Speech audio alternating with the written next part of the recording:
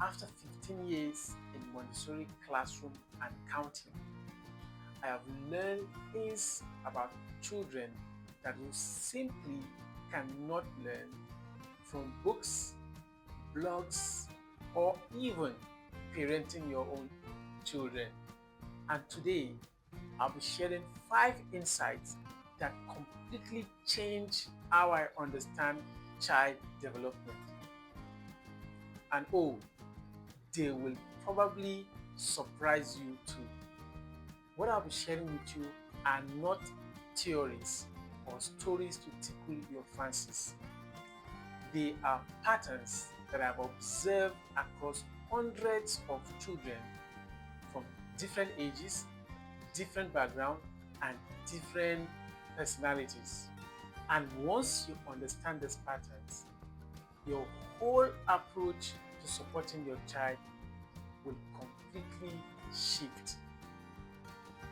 And in this video, I'll be sharing 5 critical insights that my 15 years or over 15 years of working with children has taught me.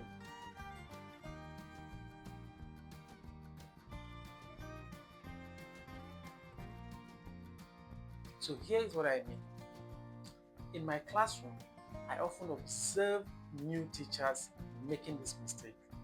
So let's say, for example, a child is trying to carry out an activity. Let's say, for example, pour water from a pitcher to another pitcher, or get water from the tap and move the water from one point to another.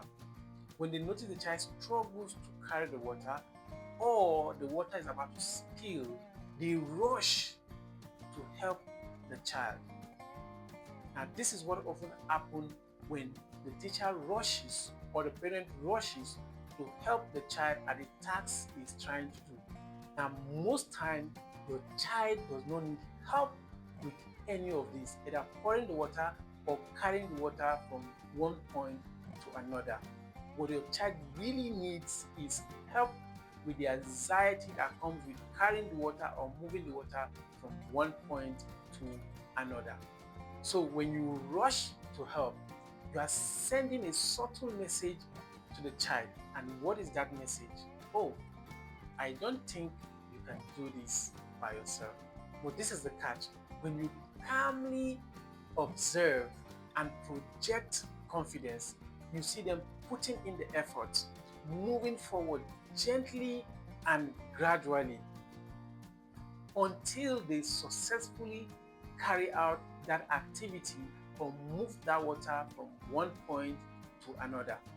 Now, I have seen 3 years old over and over and over carry out a seemingly difficult task simply because they know or they've observed that I have confidence in them that they can pull through with that task. This is the point. Your confidence in your child is more powerful than your assistant.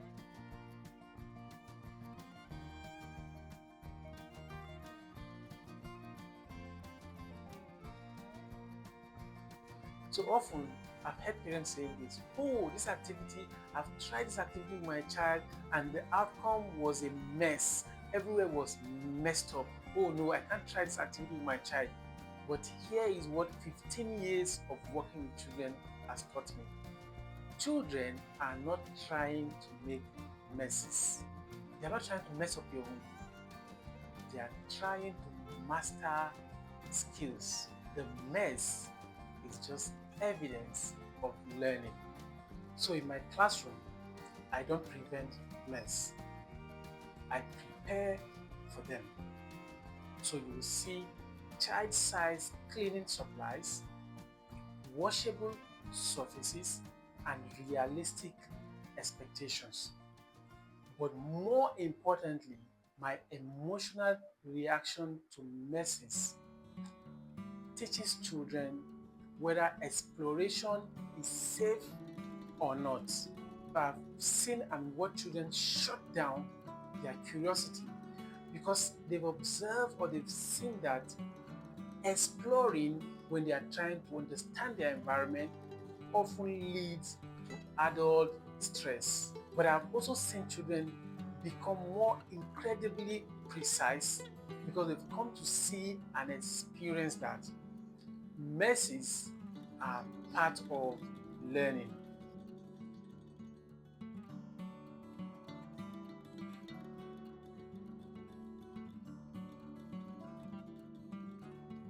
So this one is huge. Often parents will tell me, oh, my child is doing so well with this activity, he's doing so well in this activity, but suddenly I've observed my child has regressed completely. And they often think this is wrong. But after watching hundreds of children develop, I've come to realize that this is completely normal. You see, children don't master skills, then maintain them perfectly. So you see children, they will master something, then later you see like they seem to forget. Then later on, they come back to that thing at a more higher level. They spiral. They will master something, then seem to forget, then come back to it at a much higher level. So you see, that temporary regression is actually integration. So I have learned to appreciate and celebrate the spiral instead of panic during them. So when a child who is trying to dress themselves suddenly need help again, it often means they are working on something more complex internally. So when parents understand this pattern, they stop seeing normal development as problems that they need to fix.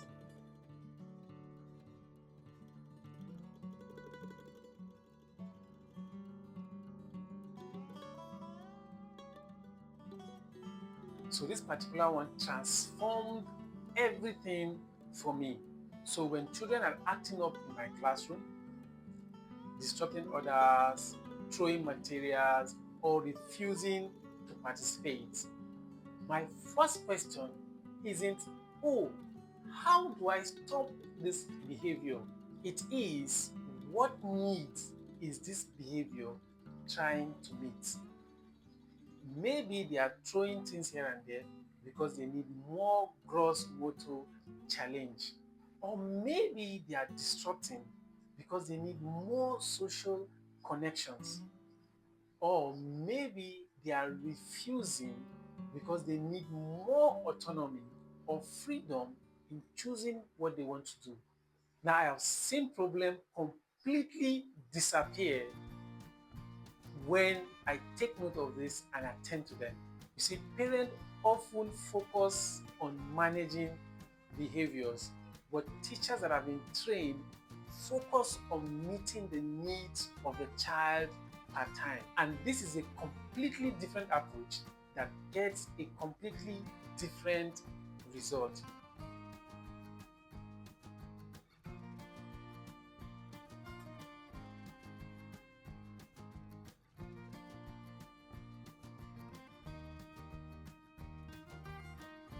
This is the biggest difference between parent thinking and teacher thinking. So parents often ask me, oh, how do I teach my child to be independent? But independent isn't a skill that you teach like tying of shoelace or buttoning of shirt. Independence is something that happens when you systematically remove unnecessary help. So in my classroom, I don't teach children to be independent. I set up the environment in such a way that independence is easier than dependence. So in my classroom, you will see child-sized sink, shelf, accessible materials, clear expectations, and predictable routines. So here's the key. This didn't come to me naturally at first.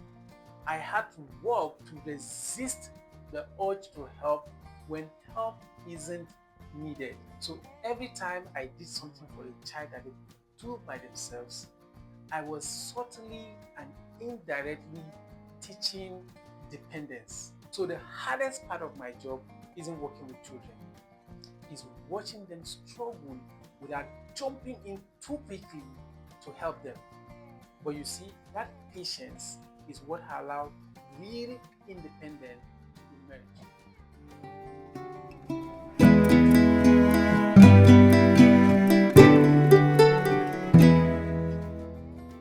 You see, these 5 insights completely changed and transformed how I work with children. And I believe if you take them, they also transform your relationship with your child. Now, notice that none of what I've shown you is about activities or material. It is about understanding children and trusting their natural development. So in my next video, I'm going to show you how to apply these insights practically. I will share the 3 biggest mistakes I see parents making over and over again when they try to apply Montessori at home, and simple shifts that make everything work better. If this insight resonated with you, please subscribe and turn on the notification. I share professional educators' insights every Mondays, Wednesdays, and Fridays. And oh, tell me in the comment which of these 5 insights surprised you, or what pattern have you observed or noticed in your child's development. So I will see you in my next video where we get more practical with all of these insights.